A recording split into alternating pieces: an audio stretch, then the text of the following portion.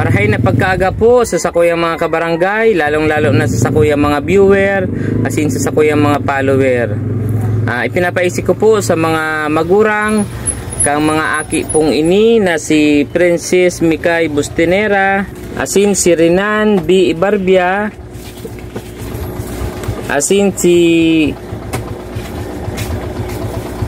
Junel B. Bayos, asin si Ricalyn May Bureta, asin si Leslie K. D. Bureta, asin si Paul Kevin B. Bayos, asin si Mark Cedric B. Putonya,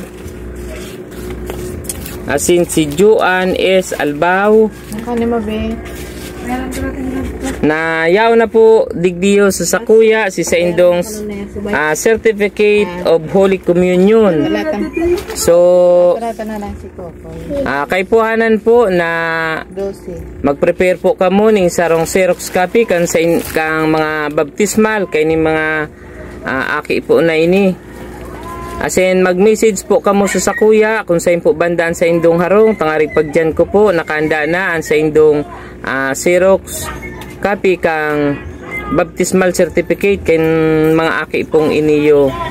And syempre sa mga kabarangay ko po di sa Barangay Lourdes Baaw, paki-share na lang po nindo ini sa tuyang video para maisiyan man po kan mga magurang kan mga aki na ini na yaw na po sa sakuya si Certificate of Holy Communion.